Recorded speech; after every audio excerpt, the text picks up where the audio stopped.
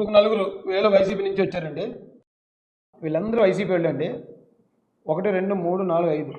ఒకటి జాడగాడు, 2 రజనీ గారు, అంబటి రాంబాబు గారు, పేర్ని నాని గారు, వంగవీటి నరేంద్ర గారు. 5 వెర్షన్లు వినిపిస్తున్నారండి. ఈ 5 వెర్షన్లలో వెనకున్న అదేంటి అనేది నేను మీకు చెప్తాను. చేశారు కాబట్టి రోడ్డు మీదకి తీసుకొచ్చి కొట్టారు, తప్పేముంది? అరికాళ్ళ మీద కొట్టారు, తప్పేముంది? కాళ్ళతోటి తొక్కారు, తప్పేముంది? బూట్లతోటి తొక్కారు, తప్పేముంది? నేరస్తులకి కులం మతం ప్రాంతం ఏముంది? కరెక్టే. అనిత గారు, నేను మీ వీడియో కూడా వినిపించిన తర్వాత మిగతా దానికి వస్తా. చట్టాన్ని కంట్రోల్ చేయాల్సింది పోలీసు. చట్టాన్ని కంట్రోల్ చేయాల్సింది పోలీసులు కాదమ్మా. అమ్మా, కాపీ కొట్టి పాస్ అయ్యి టీచర్ అయినటువంటి మంత్రి గారు, చట్టాన్ని కంట్రోల్ చేయాల్సింది పోలీసులు కాదు. ఆవిడ ఉద్దేశం శాంతి భద్రతలను కంట్రోల్ చేయాల్సింది పోలీసులు.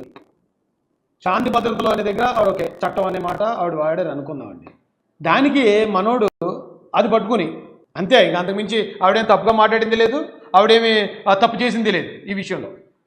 దాన్ని పట్టుకుని మాట్లాడుతున్నారు. చట్టాన్ని కంట్రోల్ చేయాల్సింది న్యాయ వ్యవస్థ, జడ్జిస్లు, కోర్టులు. నువ్వు ఒక మాజీ జడ్జిని చెప్పుకుంటావు, చట్టాన్ని కంట్రోల్ చేయాల్సింది న్యాయ వ్యవస్థ కాదు. నీకు ఆ విషయం కూడా తెలుసుకో. ఫస్ట్ చట్టాన్ని అమలు చేయాల్సింది మాత్రమే న్యాయ వ్యవస్థ. చట్టాన్ని కంట్రోల్ చేయడం అంటే చట్టాన్ని కొత్త చట్టం తీసుకురావడం కానీ ఉన్న చట్టాన్ని తీసేయడానికి కానీ కేవలం రాజ్యాంగానికి పార్లమెంట్కి మాత్రమే ఉంది అధికారం. ఇప్పుడు నువ్వు ఓకే అంతేగారు ఒకవేళ బై మిస్టేక్ శాంతి భద్రతల దగ్గర చట్టం అని చెప్పడంతో ఆవిడకి పాఠాలు చెప్పినా తయారైపోయావు.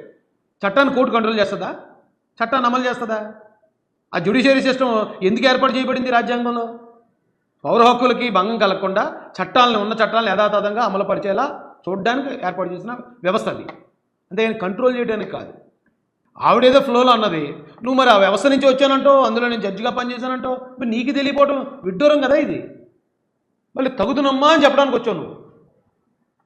న్యాయస్థానాలు కంట్రోల్ చేయటం అంటే డస్ నాట్ మీన్ తీసుకొచ్చి రోడ్డు మీద అరికాళ్ళతోటి కొట్టమని కాదు అర్థం. పోలీసులు కొట్టినటువంటి పోలీసులకి గోల్డ్ మెడల్ ఇచ్చి వాళ్ళని తీసుకుని డిఎస్పీ చేయమని కాదు అర్థం. వీడు ఎవరు తిడుతున్నాడో అర్థం కాలేదు నాకు. జగన్ గారిని తిడుతున్నాడా లేకపోతే కూటమి ఎవరు తిడుతున్నాడో అర్థం కాలేదు. ఎందుకంటే RRR గారిని పట్టుకెళ్ళి కాళ్ళ మీద ఆ కాళ్ళు కమిలిపోయినా కొట్టించారు జగన్ గారు. ఆ కొట్టిన కారణంగా అక్కడ ఉన్న పోలీస్ ఆఫీసర్లు అందరినీ కూడా ఈయన మంచి మంచి పోస్టింగ్లు ఇచ్చాడు. మనోడు అదే చెప్తాడేమో అన్నట్టుంది. దాన్నే ఉదాహరణగా చెప్తున్నట్టు ఉందండి. వారికి ప్రమోషన్ చేయమని కాదు అర్థం. ఇక్కడ CA నాగరాజు గారికి ఏమైనా ప్రమోషన్ ఇచ్చారా? బుర్రా బుద్ధి లేకుండా ఏ పాయింట్ కూడా కంపేర్ చేయకు జాడ శ్రావణ్. కొంచెం బుర్రతో ఆలోచించి ఇక్కడ జరిగిన సంఘటనకి దీనికి సంబంధించి ఆలోచించు. ఆ రోజు RRR గారు సొంత పార్టీ MP కేసు పెట్టాడు. ఏ పోలీస్ అధికారి మీద ఎఫ్ఐఆర్ వేశారు? ఆ రోజు ఎఫ్ఐఆర్ వేస్తే కొట్టించింది జగన్ గారు అనే విషయం వాళ్ళు చెప్పేస్తారు బయటకు వచ్చి పోలీసులు. ఎందుకంటే ఆ రోజున పోలీసులతో కొట్టించింది జగన్ గారు కాబట్టి.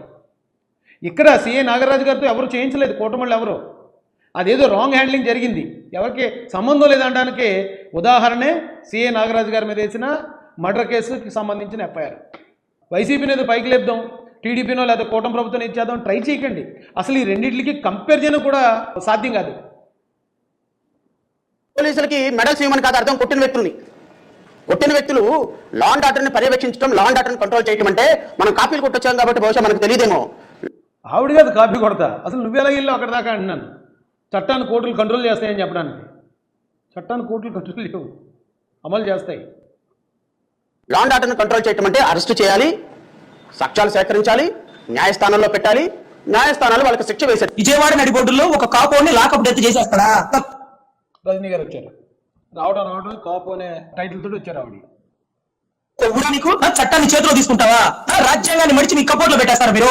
నీ కాళ్ళ పట్టుకుని నిలదీసి అడగాలని ఉంది సార్. కానీ చనిపోయింది కాపు బిడ్డ, చంపింది కూడా ఒక కాపోడు. అరే అయితే ఊరికి ఎక్కువ. అది ఆవిడే చెప్పింది. పాపం ముందు అంబటి రాంబాబు తెలియక మా కాపు కుర్రని చంపేశారు, టీడీపీ ప్రభుత్వం చంపేసింది, పవన్ కళ్యాణ్ గారు కాపులను చంపించేస్తాడని ఏదో మొత్తానికి మనోడు సీన్ క్రియేట్ చేద్దాం అనుకున్నాడు. కానీ తర్వాత CI గారు కూడా కాపు కులం అని తెలిసేటప్పటికి ఓకే ఈ విషయంలో కులం అనే ప్రస్తావన లేదు, కులం కోసం జరిగింది కాదు ఇది అనేది అర్థమయ్యి ఇప్పుడు రజనీ గారు చెప్తున్నారు వినండి. తప్పు చేసినోడు కోవా ఏంటి? ఎత్తే లోపల ఇక మా కాపాడు అయితే ఓకే ఎక్కువ విఆర్లో పంపించడం ఏంటి సార్? రిమూవల్ ఫర్ సర్వీస్ రాసేయాలా 25వ తారీఖు విఆర్లో పంపించడం ఏంటి, ఎత్తి లోపల వేయాలి, కాపాడు అయితే ఏంటి అన్నది ఆవిడ. అదే జరిగింది. ఇప్పుడు అదే చేస్తున్నారు కదా. ఎఫ్ఐఆర్ అయింది కదా. మర్డర్ కేసు ఎఫ్ఐఆర్ పోలీస్ అధికారి అవడం అంటే మామూలు విషయం కాదు కదా. గత ప్రభుత్వ హయాంలో అలాంటి ఎన్నో జరిగాయి. చీరాల కిరణ్ కుమార్ని ఖచ్చితంగా అక్కడ ఉన్న సిఐ గారు ఎస్ఐ గారు కొట్టి చంపేశారు. ఆయన మీద ఎఫ్ఐఆర్ అయిందా? మర్డర్ కేసు ఎఫ్ఐఆర్ అవ్వలేదండి. జస్ట్ వీఆర్కి పంపించారు అంతే. ఎందుకంటే ఆయన సంథింగ్ ఎవరో ఒక రాజకీయ నాయకుడికి, వైసీపీలో ఉన్న రాజకీయ నాయకుడికి బంధువుట ఆయన. సుధాకర్ గారిని కొట్టిన పోలీసులు ఎవరి మీద ఎఫ్ఐఆర్ అవ్వలేదు. పోలీస్ స్టేషన్లో శిరోమండనం చేసిన ఘటనలో ఒక ఎస్ఐ మీద తూతూ మంత్రం ఎఫ్ఐఆర్ అయింది. మిగతా వెనకాల వాళ్ళు ఎవరి మీద అవ్వలేదు. ఈ అనంతబాబు గారి విషయంలో ఆయనకి సంబంధించి ఆయన చరిత్రను దాస్తూ, చరిత్రను వక్రీకరిస్తూ, ఆయన మీద కేసులు లేవని, రౌడ్ షీట్లు లేవని, ఆయన చాలా ఉత్తముడు అని ఛార్జ్ షీట్ వేసిన పోలీసులు ఎవరి మీద ఎఫ్ఐఆర్ అవ్వలేదు. ఇక్కడ ఆరోపణ వచ్చిన వెంటనే ఇంకా వాస్తవాలు ఇంకా పూర్తిగా బయట పడకముందా సిఐ గారి మీద ఎఫ్ఐఆర్ అయింది, మర్డర్ కేసు ఎఫ్ఐఆర్ అయింది. మరి ఇంకేం చేయాలండి? ఎక్కువ అతని కోర్టులో ప్రొడ్యూస్ అయిపోతే నాగరాజు గారు రిమూవ్ ఫర్ సర్వీస్ జీవితంలో యూనిఫామ్ వేసుకోకూడదు. అయితే రజనీ రిమూవల్ ఫర్ సర్వీస్ అన్నారు చూడండి రజనీ గారు, ఖచ్చితంగా ఇది ప్రూవ్ అయితే అది కూడా జరుగుతుందండి. ఆరోపణను బేస్ చేసుకుని వెంటనే శిక్ష అమలు చేయరు కదా, మీకు తెలుసు కదా, మీరు కూడా అడ్వకేట్ కదా. అవి ఆధారాలు చూడాలి. ఇప్పుడు ఇందాక జాడగాడు ఏమన్నాడు, కోర్టులు కదా చేయాలన్నారు కదా, కోర్టులు చేస్తాయండి అవి. ప్రాసెస్ ప్రకారం ఎఫ్ఐఆర్ అయింది. ఇప్పుడు నాగరాజు గారిని తీసుకెళ్ళి కోర్టుకి హ్యాండ్ ఓవర్ చేస్తారు. ఇప్పుడు ఫర్దర్గా ఏం జరగాలి జరుగుతుంది. గారు యూనిఫామ్ వేసుకోకపోతే ఏమవుతుందండి? రాజకీయ నాయకుడు అయిపోతాడు. రౌడీ షీట్ ని ధైర్యంగా ఎదిరించిన, ప్రాణాలకు తెగించిన అతను ఎవరు? రాజశేఖర్ లాగా, ఆశయం ఆవేశం సినిమాలో రామిరెడ్డి లాగా. వీళ్ళు చెప్పే ఎగ్జాంపుల్స్ అన్ని వీళ్ళకే వర్తించేస్తున్నాయండి. ఒకవేళ ఆయన ఉద్యోగం పోతే మాత్రం ఏమైంది, పెద్ద రాజకీయ నాయకుడు అయిపోతాడు అని మాట్లాడుతున్నారు ఆవిడ రజనీ గారు. అంటే దానికి ఎగ్జాంపుల్ ఎక్కడుంది? కోరట్ల మాధవ్ ఏళ్ళ పార్టీలోనే ఉన్నాడు. అంతకుముందు ఏదో మనోటి మీసాలు తిప్పేసి తొడలు కొట్టేసి ఏదో ఎక్స్ట్రాలు చేశాడు. అది నచ్చేసింది జగన్ గారికి. ఎంపీ టికెట్ ఇచ్చారు. ఎంపీ అయిన తర్వాత అతను చేసిన పని ఏంటి? తన దివ్యమంగళ రూపం ప్రదర్శన చేశాడు మొత్తం అంతా. అది తప్ప అతను చేసింది ఏమీ లేదండి. సో వీళ్ళు చెప్పే ఎగ్జాంపుల్స్ అన్ని వేల పార్టీకే వర్తిస్తున్నాయి. ఒకసారి మీరు క్రాస్ చెక్ చేసుకోండి. రోడ్డు మీద తన్నుకుంటా పోయి చంపేసిన చరిత్ర సృష్టించాడు. తన ఉద్యోగం రిస్క్ అయిద్దన్న ముందుకు వచ్చిన నాగరాజు గారికి కాబోయే కాలంలో, రాబోయే రాజకీయాల్లో ఏ పార్టీలో వచ్చి రంగ మటలు చేసిన వాళ్ళు మీ పార్టీలో ఎంపీలుగా ఉన్నారు, ఎమ్మెల్యేలుగా ఉన్నారు. మటలు చేసిన వాళ్ళు ఇక మీరు ఎవరికి నీతులు చెప్పగలరు? ఈ సిఐ గారు ఏం చేస్తారో, ఫ్యూచర్లో ఈయన రాజకీయాల్లోకి వెళ్తాడు, ఎమ్మెల్యే అవుతాడు, ఎంపీ అవుతాడు, ఎందుకు ఈ జ్యోతిష్యాలు ఎందుకు? అవసరం లేదు కదండి. అలాంటి వాళ్ళందరూ మీ పార్టీలో ఉన్నారు కదా. మీరు చెప్పే ప్రతి ఎగ్జాంపుల్ మీ పార్టీకి చెందేస్తుంది, మీ పార్టీకి తగిలేస్తుంది. సార్ చూసుకోండి. ప్రవేశం చేయబోతున్నారో ఏంటో మరి అర్థం కావట్లేదు. నాగరాజు గారికి తెలుసు ఆయన చేసింది తప్పని, కానీ ఆవేశంతో చేయలేదు. చాలా ఆలోచనతో ఎవరో చెప్తేనే చేశారు. మనం అక్కడితో ఆగిపోవద్దు. నాగరాజు గారు చేసేసారు, పిచ్చి మాటలు. ఏ రాజకీయ పార్టీలో దీని వెనకాల నుండి నడిపిస్తుంది? ఎందుకు వేరే పార్టీ ఎందుకు ఉంటుంది చెప్పండి రజనీ గారు. రాజకీయ పార్టీ ఉండటానికి ఇప్పుడు సాయి కృష్ణ ఏమన్నా ఏ పార్టీ కన్నా చెందినడా? లేకపోతే ఏ పార్టీ నాయకుడు మా కూటమిలో ఉన్న ఏ నాయకుడిని, ఎమ్మెల్యేనో లేకపోతే ఎంపీనో లేకపోతే ముఖ్యమంత్రి గారిని ఎవరినన్నా ఏమన్నా విమర్శిస్తూ ఉంటాడా? లేకపోతే ఎవరినన్నా తిడతా ఉంటాడా? రాజకీయాలు ఏమన్నా జోక్యం చేసుకుంటాడా? ఏం చేశాడని రాజకీయ పార్టీ? అది ప్రభుత్వం ఇన్వాల్వ్ అవ్వాలి. సింపుల్ లాజిక్ కదా ఇదంతా. చిన్న లాజిక్స్ కూడా ప్రజలు ఆలోచిస్తారు కదా. మనం మాట అనేటితో కాదు, దానికి ఏదైనా కారణం ఉండే. ఇప్పుడు డాక్టర్ సుధాకర్ గారిని చంపేశారు ఎందుకు?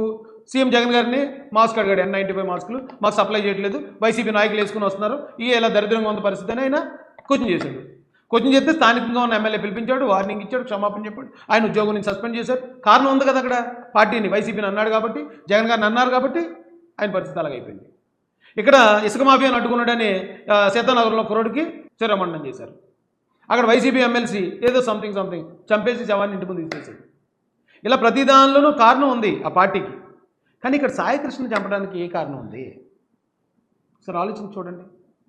ఇక్కడ రాల్సిన రౌడీ అని, క్రిమినల్ అని, రౌడీ కావచ్చు, క్రిమినల్ కావచ్చు, అతను ఒక భారత పౌరుడు, 23 సంవత్సరాల యువకుడు. అతను పోలీస్ స్టేషన్ పట్టుకొచ్చి విచారణ పేరుతో చిత్రహింసలకు గురిచేసి చంపేసి సాక్ష్యాధారాలు లేకుండా ఈ పోలీసు యంత్రాంగం చేసింది. దీనికి ఖచ్చితంగా సీఏ గారు అలా చేసి ఉంటే కానీ సీఏ గారు తప్పే అండి. ఎందుకంటే సాయి కృష్ణ ఎక్కువ కేసులో ఉన్న వాళ్ళు వైసీపీలో చాలామంది ఉన్నారు, మటన్ చేసిన వాళ్ళు ఉన్నారు, మహిళల పట్ల దురుసుగా ప్రవర్తన ఆరోపణలు కలిగిన వాళ్ళు ఉన్నారు, వీడియో కాల్స్ మాట్లాడిన వాళ్ళు ఉన్నారు, చాలా దారుణమైన వ్యక్తులు ఉన్నారు. మరి వాళ్ళందరినీ వదిలేసి ఒక సాయి కృష్ణ ఎలా చేయడం సీఏ నాగరాజు గారిని ఖచ్చితంగా ఖండిస్తున్నారు, తప్పే. నిన్న చంద్రబాబు నాయుడు గారు, పవన్ కళ్యాణ్ గారు చాలా సీరియస్ గా తీసుకున్నారట. సాయి కృష్ణ సంఘటన మీద ముఖ్యమంత్రి సీరియస్ అని పత్రికలో రాస్తారు. సీరియస్ అయ్యి ఏం చేశారో చూసారా? ఒక సీనియర్ IPS ఆఫీసర్ చేత విచారణ జరిపిస్తారట. ఏంటండి ఏం మాట్లాడి నాకు అర్థం కాలేదు. సీఎం గారు సీరియస్ అన్నాడు, అవును సీరియస్ అయ్యారు. ఒక IPS ఆఫీసర్తో విచారణ జరిపిస్తున్నారు అన్నారు. మరి ఇంకేం చేయాలి? సీఏ గారిని సస్పెండ్ చేశారు, ఎఫ్ఐఆర్ అయింది, మరి ఇంకేం చేయాలి? ఏం చేయాలి చెప్పండి పోనీ అంబటి రాంబాబు గారు. మిమ్మల్ని ఏం చేశారు? మీరు మహిళతో అడ్డంగా మాట్లాడుతూ దొరికేసినప్పుడు మిమ్మల్ని ఏం చేశారు జగన్ గారు? మీ పార్టీలోనే మర్డర్ కేసు ఆరోపణలో ఉన్న వ్యక్తుల్ని వాళ్ళని ఏం చేశారు జగన్ గారు? మీరు ఎలాగ అడగలుగుతున్నారండి అసలు? బూట్లు కూడా కనపడకుండా చేయమని చెప్పండి. తెలుగుదేశం పార్టీలో ఇంకెప్పుడు రౌడీ షీటర్ లేదా అని అడుగుతున్నా, కేసులు ఉన్నోళ్ళు లేదా అని అడుగుతున్నా. తెలుగుదేశం పార్టీ కాదండి పేరు నాని గారు, వైసీపీలోనే బుచ్చుడు మంది ఉన్నారు కదా మేము చేయాలంటే. నిజంగా తెలుగుదేశం పార్టీ కక్ష తీర్చుకోవాలి మీ మీద, మిమ్మల్ని ఎలాగైనా కంట్రోల్ చేయాలనుకుంటే మీ దాంట్లో ఉన్న మర్డర్ కేసులు ఉన్నవాళ్ళు, లేకపోతే మానభంగం ఆరోపణలు ఉన్నవాళ్ళు, లేదా బియ్యం దొంగతనం చేస్తారు 4 కోట్ల రూపాయలు అనేవాళ్ళు, ఇలా చాలామంది ఉన్నారు కదా, వాళ్ళని వేసేస్తారు కదా. వాళ్ళని వేయకుండా ఒక సామాన్యుడు సాయి కృష్ణ అతని మీద ప్రభుత్వం ఎందుకు అంత యాక్షన్ తీసుకుంటుంది అనేది మినిమం ఆలోచిస్తారు కదండి ప్రజలు. సాయి కృష్ణ అనే అతను నేరం చేస్తే లోపలేండి, వెంటనే ట్రైల్ చెప్పండి, ఫాస్ట్ ట్రాక్. మొత్తం సాయి కృష్ణ ఎన్ని కేసులు ఉన్నాయో అన్ని కేసుల మీద ఫాస్ట్ ట్రాక్ కోర్టు పెట్టండి, స్పెషల్ గా కోర్టు అరేంజ్ చేయండి. అజ్మల్ కసబ్కి ఎట్లా అయితే స్పెషల్ కోర్టు పెట్టారో స్పెషల్ కోర్టు పెట్టి శిక్ష చేయండి. సాయి కృష్ణని కసబ్తో పోల్చాడు అంటే పేర్ని నాని గారి దృష్టిలో కసబ్ లాంటివాడు సాయి కృష్ణ. వాళ్ళ ఫ్యామిలీ దృష్టిలోనూ అలాగే ఉన్నాడు ఆయన, పేర్ని నాని గారి దృష్టిలోనూ అలాగే ఉన్నాడు. ఫాస్ట్ ట్రాక్ కోర్టు పెట్టి ఆయన గురిశిక్ష చేసి చంపేయండి అంటున్నాడు. అలా చంపకుండా ఇలా చంపడం తప్ప అంటున్నాడు. అది ఇప్పుడు ఆయన వెర్షన్. ఎవరు వద్దన్నారు? ఇవాళ ఈ సాయి కృష్ణ అవుతుంది, రేపు నీ ఇంట్లో నా ఇంట్లో జనసేన, రేపు ఇంకో తెలుగుదేశం కూడా అవుతాడు. అది ఇవాళ కూటమి ప్రభుత్వం ఎలా తయారైందంటే వావి వరుసలు లేనటువంటి వావి వరుసలు చీర పట్టుకుంటాకి ఏం చెప్పాలో అర్థం కాక మనోడు చాలా తడబడ్డాడండి.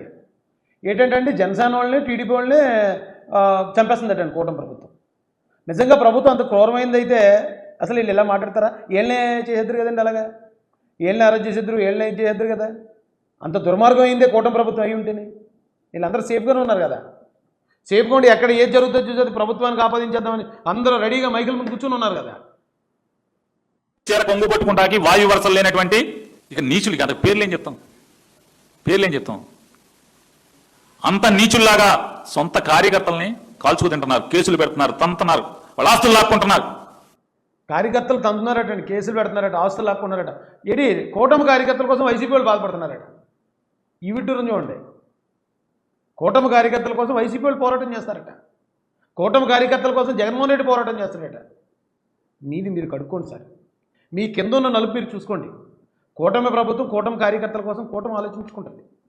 మీరు కూటమి కార్యకర్తల కోసం మీరేమీ ఇబ్బంది పడద్దు. ఇవాళ జరుగుతున్న పరిస్థితి ఏంటంటే ఎక్కడికక్కడ కేసుల్ని నీరుగార్చడం, మళ్ళా మాట్లాడటం, సెటిల్మెంట్లకు మాట్లాడటమా అంటే ఏం చేయదలుచుకున్నారు మీరు? కాపు సామాజిక వర్గాన్ని వాడుకోవడం ఓట్లకి. ఒక రౌడీ షీటర్కి ఒక సిఏ గారికి జరిగిన విషయంలోకి కులాన్ని ఆపాదించడం కోసం 4 కాపుల్ని సీన్లు దించారండి. రజనీ గారు కాపు, అంబటి రాంబాబు గారు కాపు, పేర్ని గారు కాపు, నరేంద్ర గారు కాపు. ఇందులో మళ్ళీ 2 మాజీ మంత్రులు ఉన్నారు.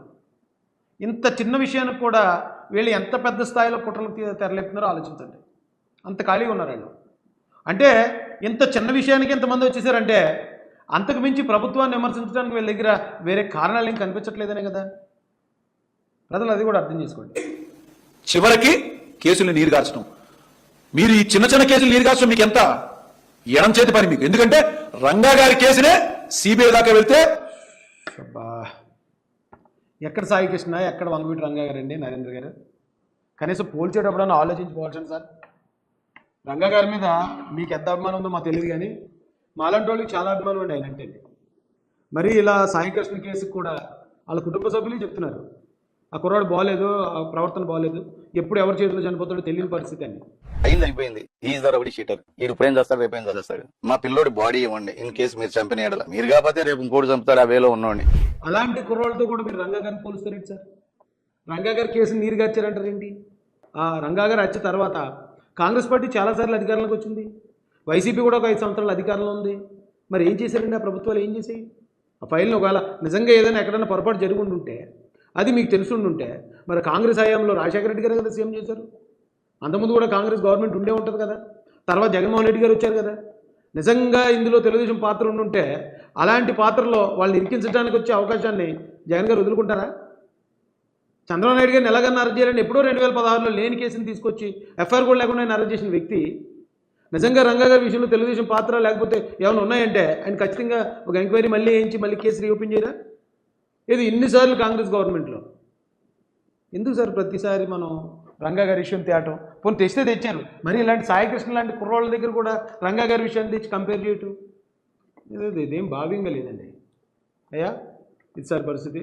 వైసీపీ పడుతున్న ఆ తాపత్రయం, ఆ తపన చూస్తుంటే ఒక అందుకు జాలేస్తుంది, మరొక అందుకు కొంచెం ఆందోళనగా కూడా ఉందండి. ఎందుకంటే వీళ్ళు ఎన్ని కుట్రలు, చిన్న విషయాలు కూడా ఎంత కుట్రలు ట్రై చేస్తున్నారు కదా. ఎక్కడో చోటు వీళ్ళు సక్సెస్ అయ్యారంటే ఈ రాష్ట్రంలో ఖచ్చితంగా కులాల ఘర్షణలు, మతాల ఘర్షణలు జరుగుతాయి. పోలీస్ డిపార్ట్మెంట్ వీళ్ళ మీద మాత్రం నిఘా పెట్టాలండి. అది సార్ పరిస్థితి. ఉంటాను. జై భీమ్, జై భారత్, జై జయ మాసాన, జై తెలుగుదేశం, జై చంద్రబాబు, జై జయ లోకేష్.